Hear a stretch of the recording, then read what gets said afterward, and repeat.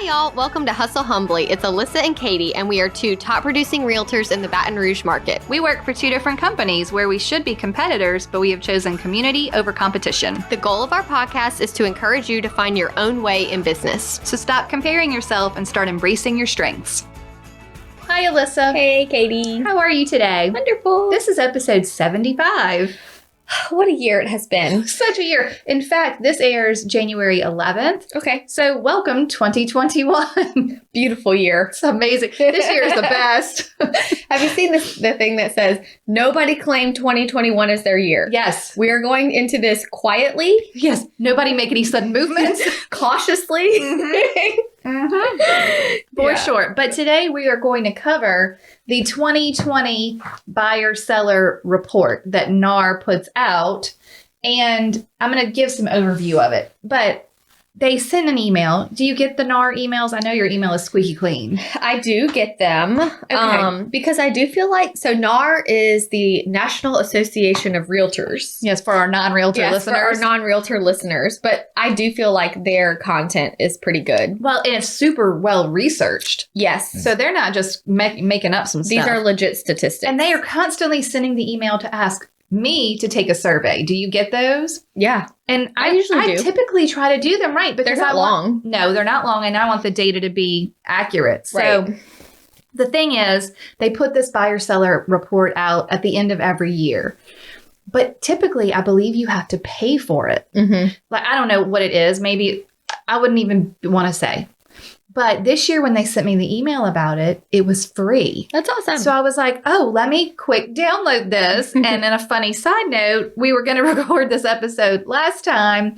And, you know, in our typical fashion, we went to do a quick, research before the show. And we were like, wait, it's 180 pages. Yeah. It's a full-on book with chapters. It's a lot. Lots of charts. I like charts. I like charts too. And I thought that's what the whole thing was going to be. Just like a bunch of charts, and we could pick out some. Point being, we have now taken the time to read some portion of not all 180 pages. This was, but we've got some info now. And I feel like I was more interested in it this year because 2020 was such a weird year. Strange, yes. That I'm like, and it was my record year. Right. So I'm like, okay, weird year, but business was good. Right. Tell us why. Tell us why. This report will tell you why. And I think this report is good for consumers, like people who own their home, or buyers, just to understand like what's going on in the market. And we're going to cover lots of that stuff. The important thing is that these numbers and stats are based on information collected from July of 2019 through June of 2020. Okay. So obviously the report is so thorough, it takes a lot of time to put it together. It's not like these are stats through December 2020. The report goes from July to June. It was first done in 1981, and it had 59 questions. Oh my gosh. So they asked consumers questions, right? Yeah. In 2020, the questionnaire was 131 questions. Wow. 131 questions. So y'all, that's why it's so long. I mean, there's Lots just of research. A lot of data here. The report is typically used by realtors, market analysts, and policymakers. Okay. So, I mean, everyone's using this data to help them figure stuff out.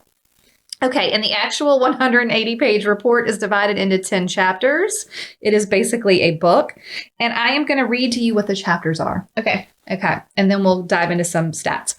Chapter 1, characteristics of home buyers. Chapter 2, characteristics of homes purchased, so actual info about the house. Chapter 3, the home search process. Chapter 4, home buying and real estate professionals. Chapter 5, financing the home purchase. Chapter 6, home sellers and their selling experience. Chapter 7, home selling and the real estate professionals. So we get stats on buyers and realtors, and then stats on sellers and realtors. Perfect. Chapter 8 is for sale by owner sellers. Okay. There's an entire chapter of data. Chapter 9, home buyers. This is special this year. Chapter 9 is home buyers before and during COVID. And chapter 10 is home sellers before and during COVID. So there is a wealth of interesting information.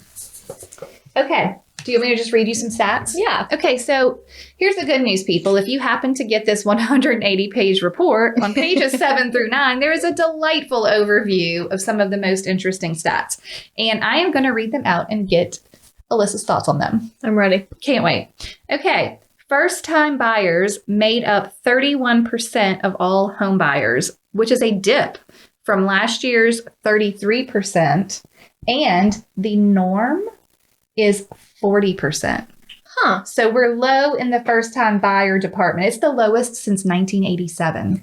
I feel like a lot of that might have to do with just job security, people not feeling certain about where they're going. And they actually do tell us some reasoning behind what's going on there. And a lot of it was also rising rents and student loan debt because they weren't having the ability to save up any amount of a down payment. Right. Not even just trying to get a 20% down payment. So it was really interesting. Yeah. The highest that it has ever been, the first time buyer percentage, was 50% in 2010. Do you remember, did you have your license in 2010? No, I started 2011. Okay, so you missed it. In 2010, they had that first time buyer tax credit and you literally got $8,000 to you, cash money. Given to you. If you bought a house before a certain date and were a first-time buyer. Wow. And it sure did spark both, because they were trying to, I think, help the real estate market. 50% in 2010. That's wild. So last year was 33, this year's 31. It's kind of interesting, too, because in 2011 and 12 and 13, I feel like that my primary business was first-time home buyers. Yeah. I mean, I was also a new agent. So is it because I'm a new agent and I was that age group and that's just what I was working? Because I was actually thinking about it the other day. And sure, I still work with a lot of first-time home buyers, but it's nothing the piece of the pie of my business that it used was to be. Before. Yeah. And I don't know if that's because of... Well, the report says they're just less in general. Right. Which makes me feel a little better. Yeah, it's not. But that is, again, we've talked many times about the natural progression of a real estate career. Right. And first-time buyers are going to be what you do in the beginning, especially depending on your age range. If you're going to work with people who are in your sphere that are similar to you, most likely. So if you're a young, new realtor, you're going to work with young, new first-time buyers. Okay, I like that one. Now, here's a really good one on buyers. Okay. 62% were married. 19% were single females. 19% of buyers, regardless of if they were first time, were single females. 9% were single males and 9% were unmarried couples. But I was like, you go single ladies. Yes. And I have lots of single lady clients. I do too. And you know what happens? What? They buy because they're like, I have no prospects. So tell me what goes down after this. And then 6 months later, they're engaged. And they're like, well, that was a surprise. And we both have a house. And we both have a house. And we need to sell both of our houses. And we want to buy a bigger one. I love that. It's so funny, it really seems to happen But a lot. know what's interesting? I mean, look, and I'm just speculating, but I wonder what it is that makes single ladies like, I'm just going to buy a house. Like, I don't need anybody. I just think they're more... Sorry, dudes. I just think they're more stable. Yeah. They're like, I have a job. I know how to budget. I'm I'm ready to settle it down. And I feel like the women, they want to paint. Yes. And decorate. It's and the make DIY in them. Yeah. They're like, I need a Pinterest project. Right. I love that. Yeah, but you can't do that if you're renting. No. You don't want to invest there. You sure can't. Although, that's not any of the reasons No. on the chart. Well, tell me the reason. Why people buy. It said the primary reason people bought a home was the desire to own their own home. Yes. Which I guess could fall under, I want to own it so I can make changes. Fair. I think that's the same. The second highest reason was they just wanted more space. Yes. The third highest reason was to be closer to family or friends. Uh-huh. Now, the lowest reason people bought a home was for better weather conditions. Oh. Yes. Oh, my. I got to get out of this winter. And then the second lowest reason people bought is because they want a better life for their pet. Whoa. What? I'm not going to lie. When we bought our house. You were like, how can I get a better life for the dogs? Yes. Oh, they that's were amazing. a big factor in the size in the yard you got. And is there a room for them? So You apply to this. I do. I was one of these people That's amazing. if there wasn't a place for them, I was like, well, this house probably may not work so good. Well, right. And that's part of your daily life. And people are like, that's because you hadn't had kids yet. I'm like, oh no. Haven was with us, the second house. Right, when we bought this house. The first house, we didn't have Haven, and we thought about the dogs a lot. And then the second house, we did have Haven, and my primary question was, where do these dogs where go? do the dogs go? Yeah. Oh, I love that. And they have their own little room. They do have their own room. Yeah. The room under the stairs. Yes. It's a good dog room. Isn't that Recently renovated DIY. Yes. Oh, I love that. Okay. So, right. And I had the percentages. It was 27% is the primary reason was the desire to own their own home. Okay. And then it said for first-time buyers, this number jumps to 64%. Obviously. I mean, why am I buying? Well, I want to own something of my own. I don't want to pay someone else's mortgage, Mm-hmm. And I know in our market, it is cheaper to buy than to rent. Yeah. So what would be stopping you? Right. Unless you were feeling like you weren't going to stay in a location very long. I think that's the only thing that would keep me from buying. Okay. If I was a single person, just being able to. Yeah. Be free. Yes. You want to move. Mm-hmm. Okay. Well, this is really interesting. Home tenure in this report, so the length of time someone stayed in their home, was at 10 years. So the people who have been in their home 10 years. Historically, it's 6 to 7 years. So this year, the people who sold had been in their house longer than in previous years. Interesting. Yes. So I think that's, if you're not wanting to be stable, you probably wouldn't buy. It said that, I think part of the reasoning for this, and I'll have to find it in my stats again, was that because the inventory's been so low, people didn't have anywhere to go. Right. So I don't want to sell my house. I'm going to sit on it a little longer, and then that way I'll have somewhere to go. I went on a few listing appointments where they called me because they're like, I hear I can get more for my house. But guess what? If you sell your house for top dollar, you're paying top dollar. For what you buy. For where you go. Yeah, exactly. Exactly. Okay, so here are some characteristics of the homes, the type of homes that were purchased. Okay, 15% of buyers purchased a new home, so new construction. 85% purchased previously owned. Okay. Do you feel like that's how your split is in your business? I think so. Okay. I like it.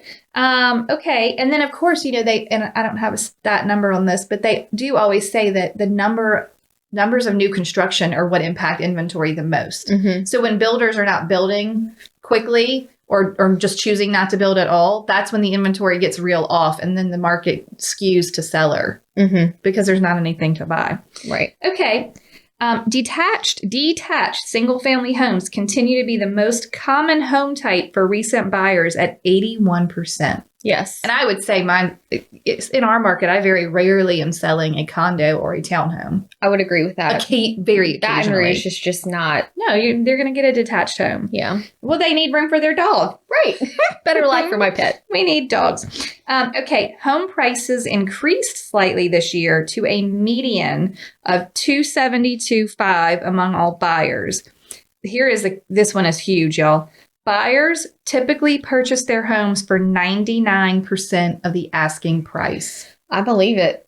Right? Yeah. Right. Unless you're just grossly overpriced. Right. So this stat actually comes up in the seller section as well, and it's the same. Sellers sold for 99% of list price. So you guys, when your buyers come to you and they're like, I'd like to offer, 5% under list price, you can tell them that's not what the market says is happening. You have a single percent to negotiate if you're lucky. I mean, that's wild. Also, I did for all of you, because a lot of these stats are going to tell us the median. I'm not even going to put you on the spot. I always have to go, okay, why are they using the median and not the average? Remind me what the median is. Right. Because average is called mean, right? So what is... the median gives a better representation of the central tendency than the average. So that's the one that occurs the most. Right, exactly. So it removes the outliers. Okay, so the huge high dollar homes and the lower, it's going to find the center, right, the most frequently occurring. So that's how they get the 272. Yeah. Okay. Just wanted to put that back out there. The typical home that was recently purchased was, I want you to guess a square footage. The typical home purchased in this report. It's going to tell us square feet, bedrooms, baths, and the year it was built. Give me a guess. Give me your best guess. 1650 living area. Okay. What else? Bedrooms? 3-2. Okay. You want to pick an age? There's a number. Less than 5 years old. No. 1,900 square feet. What? 3 bedroom, 2 bath, and was built in 1993. Wow. Now, I don't know if that's an average or a mean, because it doesn't tell me, or a median, but that's hilarious. Yeah. 1993. I mean, so that's over 20 years old. That's very weird. Okay. Overall, buyers expected to live in their homes for a median of 15 years. Oh my gosh. Girl, you better be staying in it a long time to get these repeats.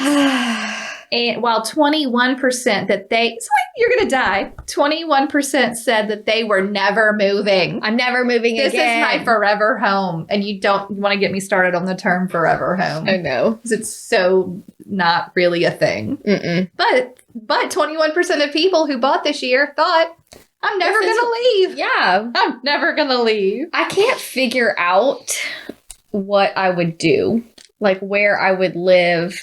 So right now my house is 5 years old and we have a big yard. Right. That was like a unicorn. Right. What I have, I feel doesn't really exist without you building it. Right. Yes. Like we were kind of a unique situation with our house where the builder built it for himself, thinking he was going to be there a long time. And then why did 3 he move, acres came up. He wanted more space. Yes, this 3 acres came up that he couldn't pass up. And so he built my house that I live in there. Got it. Oh, again, he just rebuilt the same thing. And it's so funny because stop. It's the same house, except he painted the brick white. Oh. And it was kind of nice because I was, you wonder, like, should I paint my brick? Like? Yeah. It looks very nice, but it made me go, I like my brick. I kind of like my brick. Love it. I think that's amazing. But I feel like the combination of new plus outside storage and outside space is hard. That doesn't exist. No, you have to build it. You have to build it. Yeah. But so you think you'll stay there forever? And I do. My husband is always looking, and I don't know why, because I said, you're never going to find something with a workshop like you have here. No. Never. No. So what you're looking for, we have here. Just stay here. Right. So I don't know why he looks, but I don't think... Because you get that out of your system while you're at work. Yeah, I guess so. He needs to see what's out there. But it's like, I feel like I'm not quite made for an old home. Yes. That's been renovated. Okay. After living. Yeah. In a new I guess, home. I've only flipped 2 houses. But even after they were renovated, I just kind of felt like... You're like, this still isn't It still doesn't feel new. Yeah. What do you feel like your style... You like new. Y'all new. built. I mean, I've built twice. Not only did I build twice, my very first home when I was a first-time buyer was new construction. So I don't want anyone to have used my toilets before. You're that person. That's not really the rule, but because I know construction workers, I'm no dummy. Yeah. No, I don't know how. Well, then the first time buyer, I bought new because I'm like, well, I don't have a lot of extra money to take care of something. Were you single? No, we were together. We were in the unmarried percentage of people who buy. So you bought and y'all lived in that house. Okay. We lived in the house together. Yes. In fact, we lived in there couple of years before we got married. But it had a really big yard. In fact, our following 2 houses had smaller yards than that house. Huh. But our houses were bigger and the yards were enough. Like, you learn. That's the thing. With every house you live in, you learn, what do I need? What do I not need? Like, how do I need to make these changes? And when we built our first house, I lived in that house for 5 years. Then we built on the 2-year anniversary-ish of us building that house. And it was my dream house.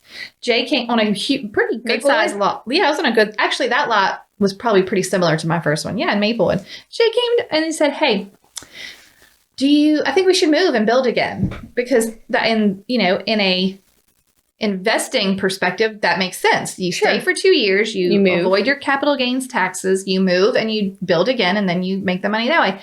So I'm like, no, this is my dream home. What are you thinking? I can't even believe you would suggest that. And I literally walked from the kitchen to my bathroom and I looked down and I thought, I have always hated this tile.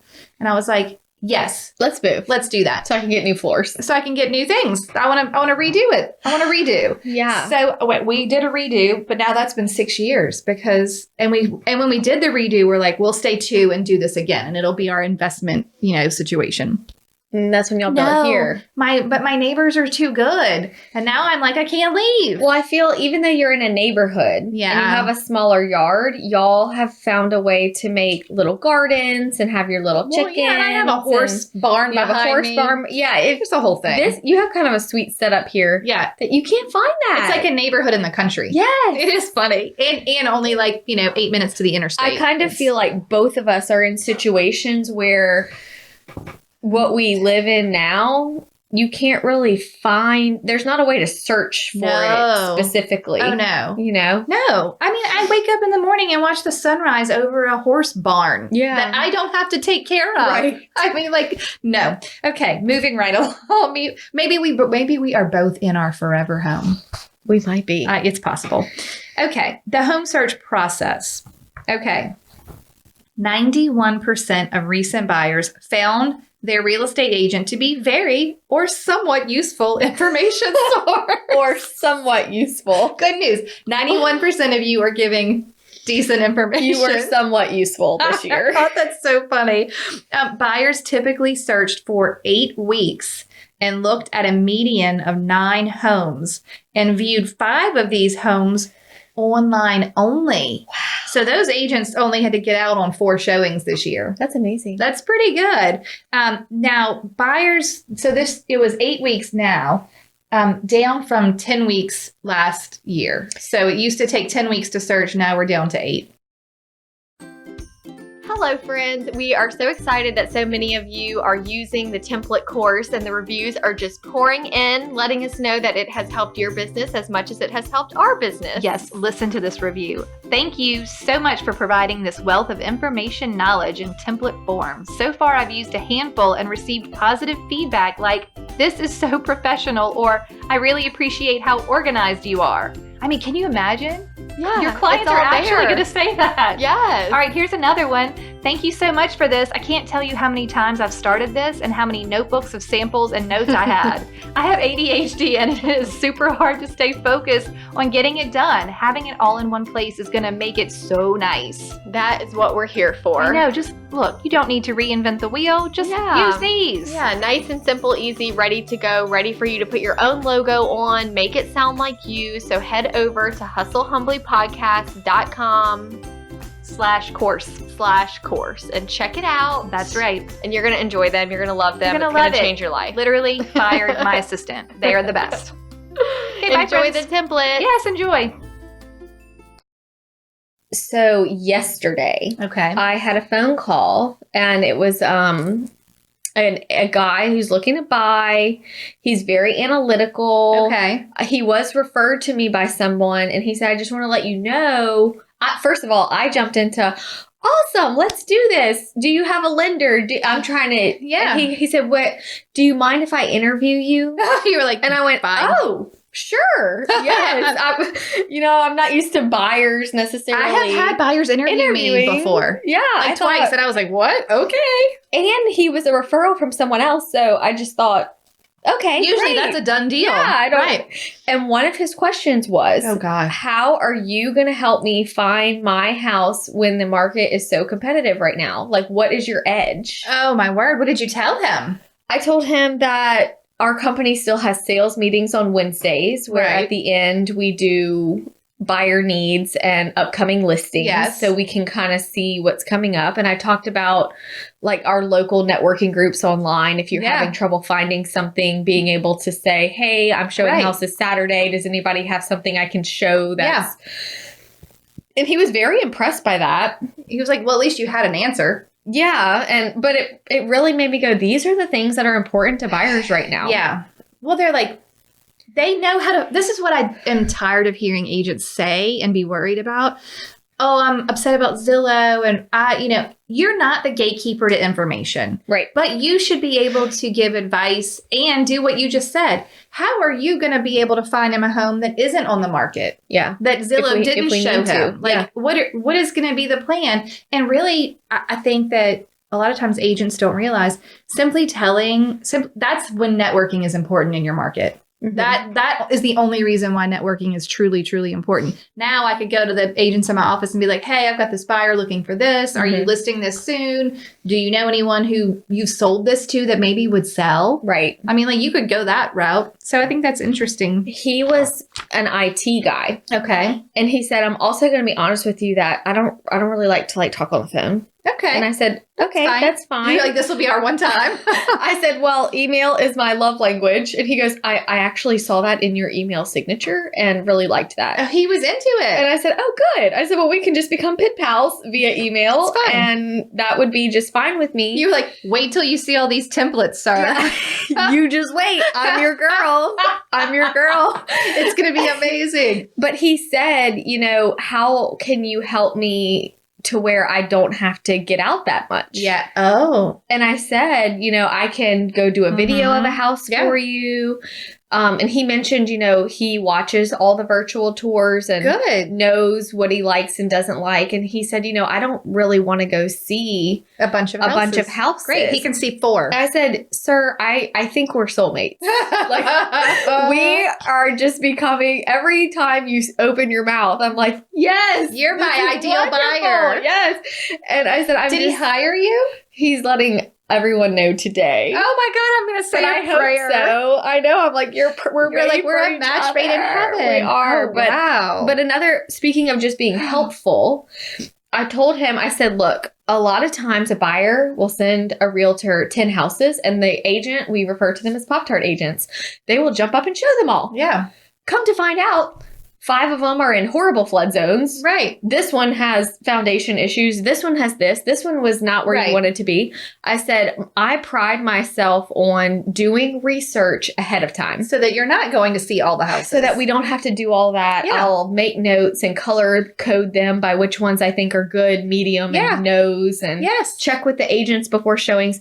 But it goes back to, we need to be helpful. Right. We are not just door openers. No, being helpful is your happy function. that 91% of them thought that we were. At least somewhat. So the 9% of you that are not helpful, start whipping yourself there's into shape. some ideas for you. Yes, I think that's good. Okay, the share of home buyers who use the internet to search for a home increased to an all-time high. Do you want to guess the percentage? Okay, I'll give you a hint. What was it? Previously, and I don't know last year's, but it's been over 90% for years. And it's increased? Increased. The share of home buyers who use the internet to search for a home increased to an all-time high of 97%.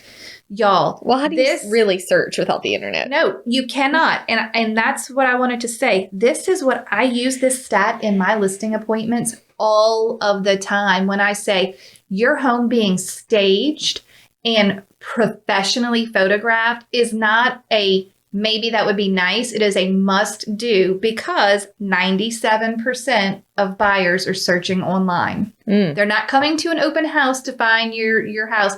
They are searching online. Wow. And that's why you need professional photos. And when you use a stat like that in a listing appointment, not only do you sound like you have some sort of research to back up what you're saying, you tell them why, well, okay, this is the stat and this is what I do because of that. Right. This is why. I think that's really important. Okay, the home buying and real estate professionals. Are you ready to hear about the real estate professionals? Okay, that's us, right? That's us. Okay. 88% of buyers recently purchased their home through a real estate agent or broker. Great. And 6% purchased directly from a builder or builder's agent. Okay. Okay. So remember your good old fashioned buyer rules. Right. If you want to save those 6% that went straight to the builder, you got to give them the rules. Mm-hmm. But I think 88% of buyers using an agent, they see value in having someone represent them. Yeah. So that's good. 40% of buyers used an agent that was referred to them by a friend, neighbor, or relative. Lovely. Okay. And 13% used an agent that they had worked with in the past to buy or sell a home. That's low to me. Well, so basically it's saying that repeats. 53% of buyers were repeat referral. Okay. So I know a lot of people are always pounding the pavement and cold calling and worried about doing all these things to get leads, but 53% of all buyers chose their agent they were either repeat or referral. Yeah. So this is when you got to love your database. That's all you got to do. That's all you got to do. Okay. 73% of buyers interviewed. Here goes with your interview. Buyers? 73% of buyers interviewed only one agent. Okay. It's whoever they found. So he was in the 27% that Actually interviewed more than one agent. yeah, For sure. as a buyer. Exactly. 91% of buyers would use their agent again or recommend them to others. That's the same 91 who said said we had good They were information. good. We would refer them. Fine. We will work with you again. So I think that's good. Yeah. It's very good. Yeah. It means you didn't make them too mad. Okay. Here's the only stat I wanted to bring out about the financing the home purchase. Of buyers who said saving for a down payment was difficult, this is what we were talking about earlier, 47% of buyers reported that student loans made saving for down payment difficult. 43% cited high rent/mortgage, and 36% cited credit card debt, also making saving. So those were the three things that kept them from saving a down payment to move. Yeah. So, 47% of buyers said that, and the student loan thing is really like a big topic right now. Yeah. And that's part of why our first time buyer percentage has gone down so much. I would agree with that. It's so bad. I'm not going to go off on my student loan tangent, but that is the reasoning. Okay, now we're moving on to the home sellers and their selling experience. Oh, good. Okay, great. Well, here's an interesting stat. The typical home seller was 56 years old with a median household income of $107,000. Okay. And you guys, in this report, it literally tells you so much demographic information. Mm-hmm. I am not highlighting any of that because I don't know how relevant that really, So broad. it's a lot, but Yeah. they really break it down super, they break it down by regions too, like north, south, east, west. They really get broken down. Okay. For all sellers, the most commonly cited reason for selling their home was, did you read this already? Mm-hmm. Did you remember? It was the desire to move closer to friends and family at 15%. That it was too small, so their house was too small, was 14%. And a change in family situation. They got engaged and they had to sell one of those houses. It was 12%. I have found even older couples are not downsizing necessarily. Yes. Like they're wanting more space for their grandkids. Oh, yeah. They want a small yard Yes. and a big house. Yeah, like a big single story. Every time I have had a seller come to me and say, we need to downsize, I almost think 100% of them have been on a large piece of property or a very large lot that required a lot of mowing. And they were like, well, we really want the same size house. We just don't want a yard. Yeah. Especially in the summer, because that's a lot. It's hot here. Nobody wants to take care of they're not using it. Right. So I think that's interesting. Okay.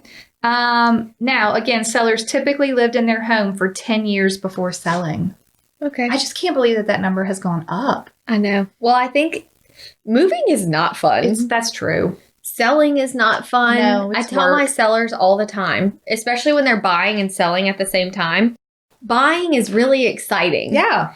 Selling is nerve-wracking. Your house has to be perfect. Yeah. It's like having a party at your house every day. Every day. It has to be ready. That you have to be ready for before you head out the door to work. Yes. Just in case. You know what, honestly, though, think about this. I bet this year has been a little bit easier and harder in some ways.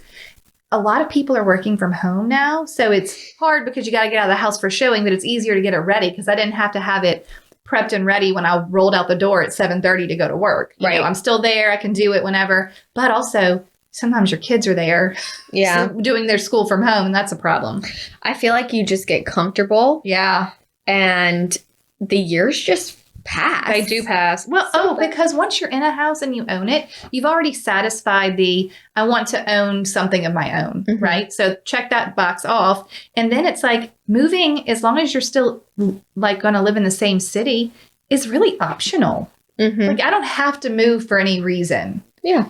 I mean, unless you change a job or, need to take in maybe an elderly parent or have a baby or like something has to change, right? Mhm. If your situation's the same, you don't So really have to the move. majority of people moved for a better location Right. to be closer. To friends or family. One of the charts that I found was interesting was the top reasons people compromised on their location. What was it? So the top reason was the price. Okay. Like, well, this isn't where I wanted to be, But I can get more. but look at this price. Mhm. The second reason was the condition. Yeah. And I just had a buyer do this. He sent me a house that was nowhere on the radar of what we were Of the looking at. location.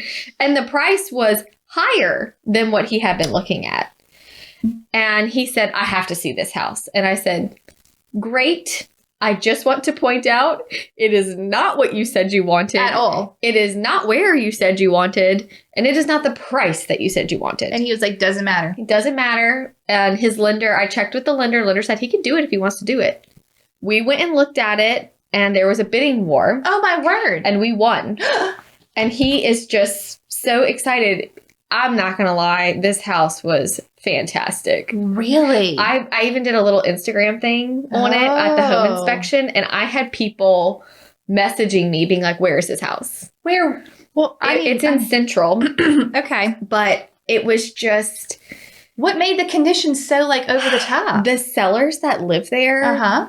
were just so immaculate. Right. And he asked me, he said, I am nervous because I feel like I'm paying more than this subdivision calls for. Right. But I love it. Yeah. And he said, can you sell it for me in 5 years? And I said, if it looks just like this. You can't change. I said, you need to maintain it the way that they have. It Right. needs to be decorated like this. Yes. Like your 4 dogs can't come in here. And what did he say? I understand. And he said, okay.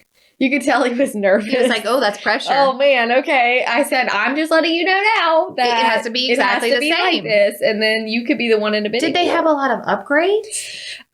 So they had a beautiful brick arch between the kitchen and the living room. Okay. And then they had a outdoor living room. Okay. That had a fireplace in Right. it, and it was. I feel like I see a lot of janky screened-in porches Right? that I'm like, well, It's not. it's not Not ideal. It's not ideal, but this was. It really felt like a living Like an room, outdoor living that room. was outside. Wow. So it was just done. That's amazing. It was just done correctly. Okay. Well, I But, like that. yeah. Okay. All right. Good news. Mm-hmm. 89% of home sellers worked with a real estate agent to sell their home. Yeah. Again, I would use this in your listing interview. Yes. 89% of sellers use an agent. So, and we're going to get to the for sale by owner stats in a minute. For recently sold homes, the final sales price was a median of 99%. So, of the listing price. Just like with buyers, everyone paid and got 99% of listing price. Recently sold homes were on the market for a median of 3 weeks, which was the same as last year. Okay. So that's like the overall days on the market for the whole country. Our broker is really strict on us about like being careful to say the market is so hot. You don't- sound because it can be very subdivision specific. And it's super misleading. 'Cause Yes.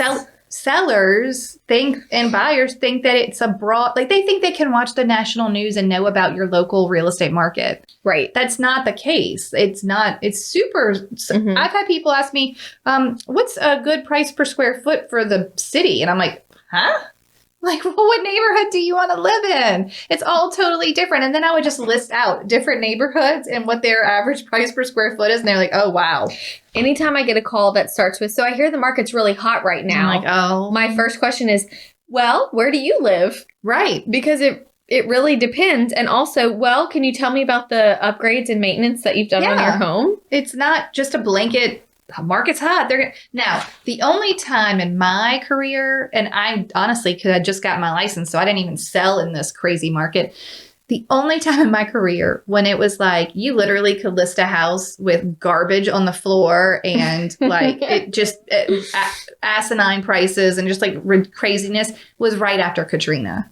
And it was a window of probably 3 to 6 months where it was like these people were moving from New Orleans. People in Baton Rouge were just like, okay, well, I'll sell my house, and they would just be like, they didn't have to paint it or do maintenance to get it ready. They would just be like, here, you can buy my house if you want it. And guess what? Somebody wanted it. Amazing. It was, I did not sell any houses during that time, to be honest. It was too crazy. Yeah. It was too crazy. Okay, so 3 weeks on the market. Now, the home selling and real estate professionals. 67% of sellers found their agent, guess where? Through a referral from a friend, neighbor, or relative, or used an agent they worked with before. But y'all, that's only 67%. Yeah. Someone sold them that house and they did, over 30% didn't even use the agent that they bought the house with. That's interesting. So, very interesting. Well, I think it goes to show that the service that you're providing now, people are so worried about getting new business that they are not treating their current clients worthy of repeat and referrals. Yeah, super important to treat them well. Okay, 77% of recent sellers contacted only one agent before finding the right agent that they worked with. So again, there's probably not all that many people going on a lot of listing appointments. Yeah. Like interviews where it's more than one agent. I mean, you're still going to go on your listing appointment. Okay. The typical seller has recommended their agent once since selling their home. 27% of sellers recommended their agent 4 or more times since selling their home. I mean, so again, providing good service makes a difference. Well, and they have to remember your name. Yep. Thank you. They sure do. Yeah.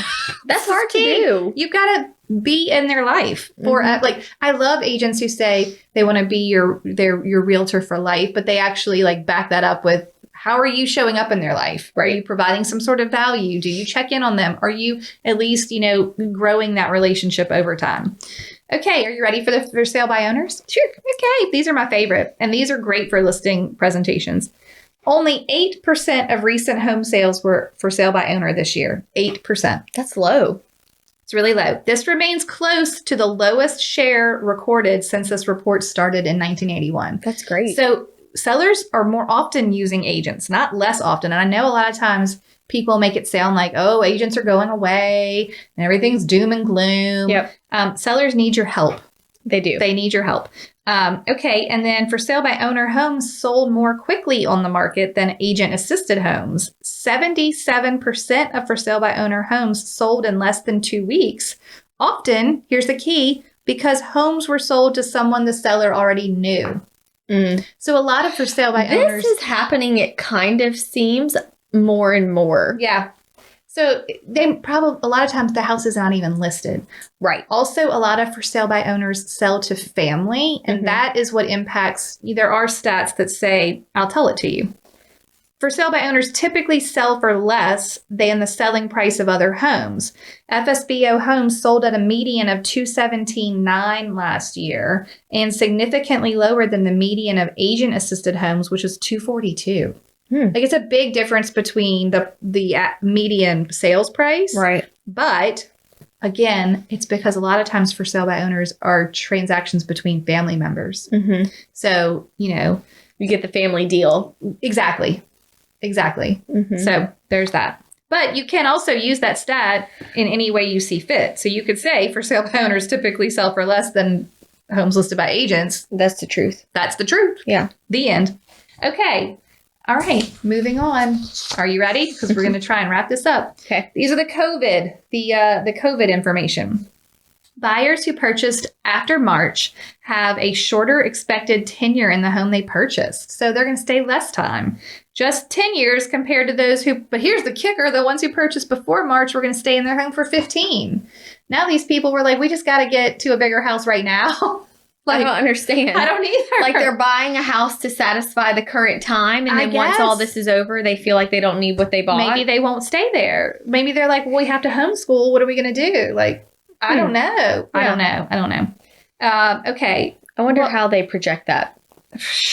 They asked the people. 57% of buyers who purchased during the pandemic purchased in a suburban location compared to 50% pre-pandemic. So more people moved away from the city. However, 23% of buyers who purchased pre-pandemic were purchasing in a small town compared to 16% post-pandemic. So I don't understand. I don't either. Like, that's a weird one.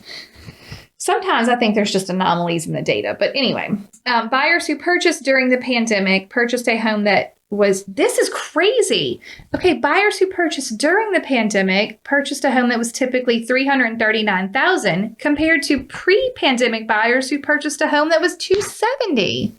They're Do you spending think the more interest money rates is allowing them to buy increase more. their budget? Yes. That's the only thing I can think That's of. exactly what I think's going on there. Now, I'm sure in the deep dive of the report, it tells you all it the tells you the information. answers We can as to we why. can guess all as much as we want. That's our guess. That's our guess. Okay, so 23% of buyers who purchased after March purchased a home that was $500,000 or more. What? Wow.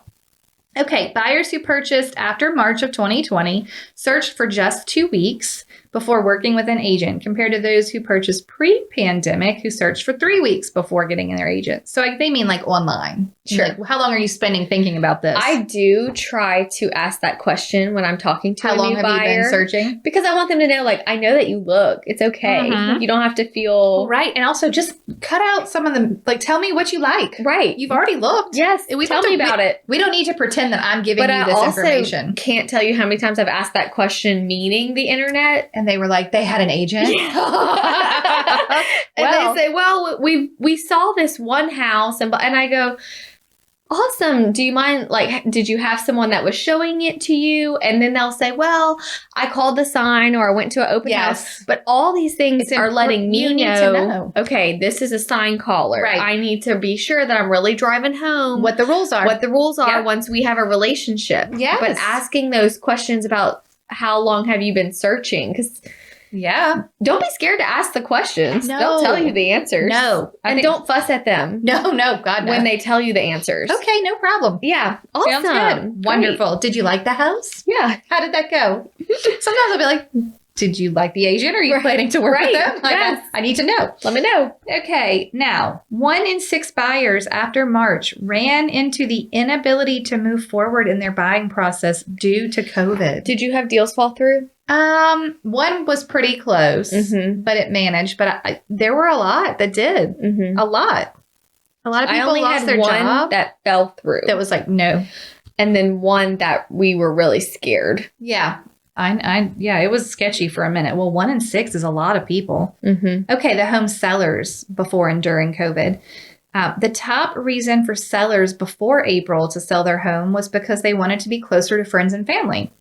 Home sellers who sold their home after March were more likely, this is a shocker, were more likely to report the main reason for selling was because their home was Too small. we need more room. We need a pool. This house is too small. You guys are all over me. And then home sellers who sold after March sold their home for $300,000, while those who sold before April sold it for $270,000.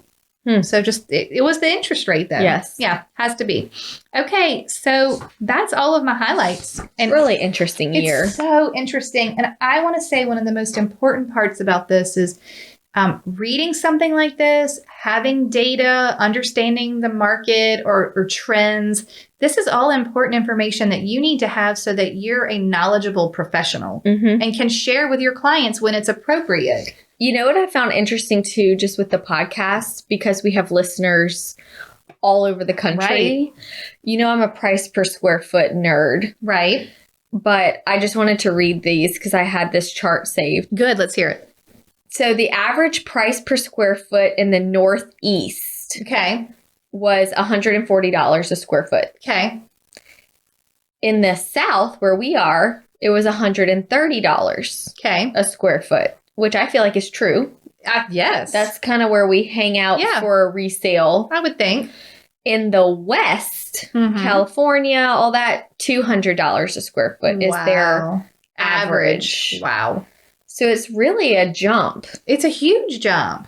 I love nothing more than working with a buyer from California. Yeah. They think everything They is so appreciate- affordable. They're like, wow, these houses are so cheap. They appreciate everything. I'm like, great. Thank you. I can't Thank wait. you. Yes. I can't wait to find you the perfect home. Yep. Okay, well, this is a lot of, y'all, it's a lot of information, Mhm. but it's worth it. If you work with a certain type of buyer or if you're more sellers, you can just dive right into the part of the report that impacts your business. Mhm. Or if you're trying to move into a different market or use it. Go figure out what It's people are there doing. for you. Like, what I love about the report is it explains people's motivation Yes. and the whys behind what's happening.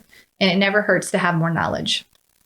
Do we have a toast? Oh, yes, we sure do. Great. Hold one moment while I get that for you. The toasts have been coming in lately, and we just love it. So proud of these toasters. Hearing all these encouraging people, I know, encouraging right? other people. I want to make sure that I get, okay, great. All right, so today's toast comes to us from Katie Ramos, Okay. and she wants to toast to Jessica Williams and Margarita Knipe. So she says, Jessica will be joining my team in the new year and is embracing all things modern agent and social media related. Yay. She is a new Hustle Humbly listener too. Yay. Margarita is an agent in my office who is taking, my systems course. What a delight. Right now, and is also an HH listener. She has been killing it. I'm thankful to have these two go-getters in my office. Oh, do you know where they're from? They're in Pennsylvania, Wow. but I don't know which That's awesome. city, but they are in Pennsylvania. I always just like to know where people are. Yeah, they're in Pennsylvania. So cheers to Jessica and Margarita, and thank you, Katie, for the toast. So Beautiful. there we go. Cheers. Okay, bye, friends. Thank you so much for tuning in to the Hustle Humbly podcast. Let us know who we should toast to for the next episode. Be sure to follow us on Facebook and Instagram at Hustle Humbly Podcast. If you have an episode, topic, or question, please email us at hustlehumblypodcast@gmail.com. Be sure to subscribe to the podcast and leave a review. See you next week. Bye. This is the good life.